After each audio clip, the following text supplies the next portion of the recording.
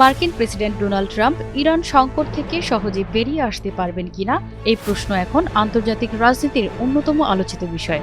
সাম্প্রতিক উত্তেজনার প্রেক্ষাপটে দেখা যাচ্ছে, যুদ্ধ শুরু করা যতটা সহজ মনে হতে পারে তা শেষ করা ততটাই জটিল।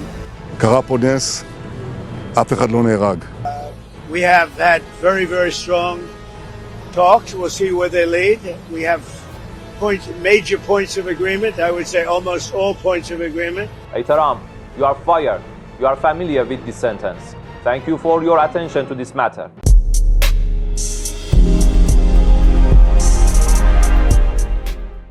কয়েকদিনের তীব্র বাকযুদ্ধ ও সামরিক হুমকির পর ট্রাম্প হঠাৎ করে উত্তেজনা প্রশমনের ইঙ্গিত দেন। তিনি ইরানের সঙ্গে ফলপ্রসূ আলোচনার দাবি করলেও তেহরান তা সরাসরি অস্বীকার করেছে। ফলে পরিস্থিতি আরও ধোঁয়াশাপূর্ণ হয়ে উঠেছে। বিশ্লেষকদের মতে এই বৈপরীত্যপূর্ণ অবস্থান ইঙ্গিত দেয় উভয় পক্ষই হয়তো বুঝতে পারছে যে সংঘাত আরও বাড়লে তার পরিণতি ভয়াবহ হতে পারে, তবে তা থেকে বেরিয়ে আসাও কঠিন।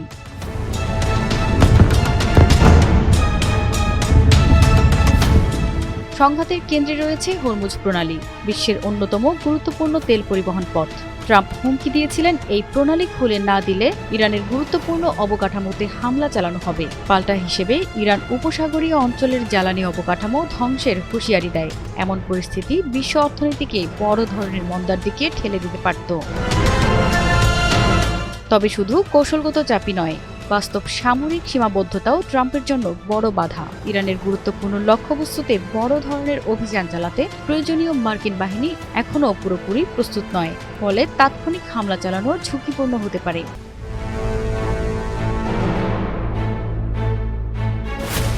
একই সঙ্গে ট্রাম্পের অতীত আচরণ, যেখানে তিনি প্রায়ই হঠাৎ সিদ্ধান্ত বদল করেন, তা এই সংকটে অনিশ্চয়তা আরও বাড়িয়েছে। বিশ্লেষকরা বলছেন, ট্রাম্পের সামনে এখন কার্যত তিনটি পথ খোলা।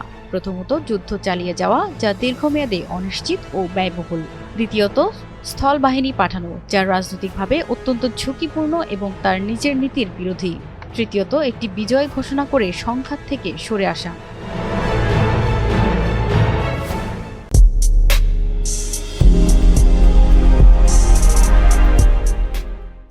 কিন্তু শেষ বিকল্পটিও সহজ নয়। যদি যুক্তরাষ্ট্র হঠাৎ সরে দাঁড়ায়, তাহলে উপসাগরীয় মিত্র দেশগুলো নিরাপত্তাহীনতায় পড়তে পারে। অন্যদিকে ইরানের পারমাণবিক কর্মসূচি অক্ষত থাকলে ভবিষ্যতে আরও বড় হুমকি তৈরি হতে পারে। ফলে সহজে বেরিয়ে আসা বাস্তবে একটি জটিল রাজনৈতিক ও কৌশলগত সমীকরণ। আরেকটি বড় চ্যালেঞ্জ হলো ইরানের অভ্যন্তরীণ পরিস্থিতি।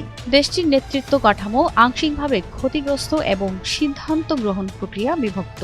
এমন অবস্থায় কার্যকর কোনো শান্তি আলোচনায় কে প্রতিনিধিত্ব করবে তা স্পষ্ট নয়। অতীতে দেখা গেছে, তুলনামূলক উদারপন্থীরা আলোচনায় আগ্রহী হলেও কট্টরপন্থীরা শেষ পর্যন্ত আপোষের পথ আটকে দেয়। সব মিলিয়ে বলা যায়, ট্রাম্প চাইলে যুদ্ধ থামানোর ইচ্ছা প্রকাশ করতে পারেন, কিন্তু বাস্তবে তা কার্যকর করা অনেক কঠিন। কারণ এই সংঘাত এখন কেবল দুই দেশের মধ্যে সীমাবদ্ধ নয়, এটি জড়িয়ে গেছে বৈশ্বিক অর্থনীতি, আঞ্চলিক নিরাপত্তা এবং অভ্যন্তরীণ রাজনৈতিক হিসাব নিকাশের সঙ্গে। অতএব ট্রাম্পের জন্য এই সংকট থেকে বেরিয়ে আসার পথ আছে, কিন্তু সেটি সরল নয়, বরং ঝুঁকি ও অনিশ্চয়তায় ভরা একটি কঠিন সিদ্ধান্তের পথ।